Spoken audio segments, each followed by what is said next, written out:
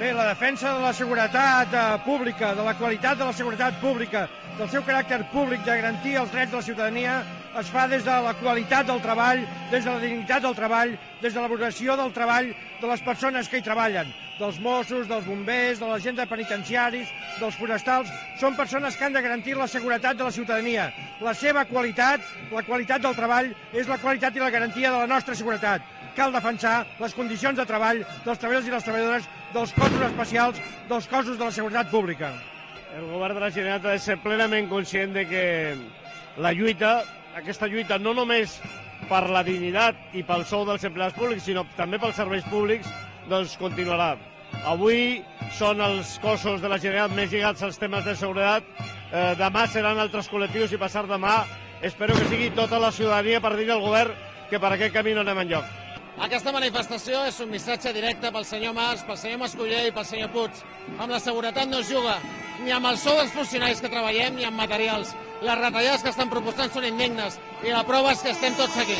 Bé, avui els cossos de seguretat de Catalunya i sobretot el cos que nosaltres representem, el cos de Mossos d'Esquadra, ha dit prou. Estem denunciant que aquest govern està fent demagògia amb nosaltres. Està intentant jugar amb nosaltres i amb uns col·lectius professionals que ens juguem la vida cada dia que sortim al carrer a complir amb la nostra obligació. El que estem dient és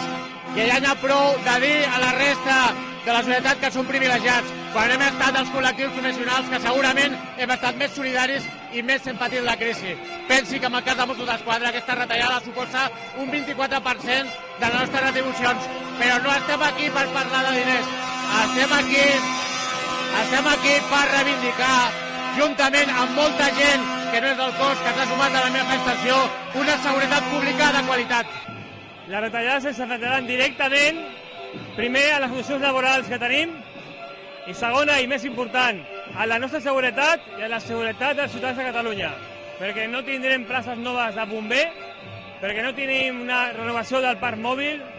i perquè les retallades en material i en personal fan que al final la feina sigui més dura i sigui més insegura per nosaltres. Seguretat, incidents continus, falta de seguretat del treballador penitenciari també, agressions contínues, incidents molt greus diàriament i reiteradament als diferents centres penitenciaris i amb dos centres penitenciaris encara sense obrir, finalitzats, sense obrir, amb un cost de 24 milions d'euros que directament el govern de la Generalitat prefereix llançar-los a les escombraries abans que omplir-los d'interns, també, evidentment, de personal, però posant en marxa d'aquests dos centres penitenciaris desmassificaria de tal manera els centres penitenciaris que garantiríem la seguretat dels mateixos i també, per què no dir-ho, la dignitat dels interns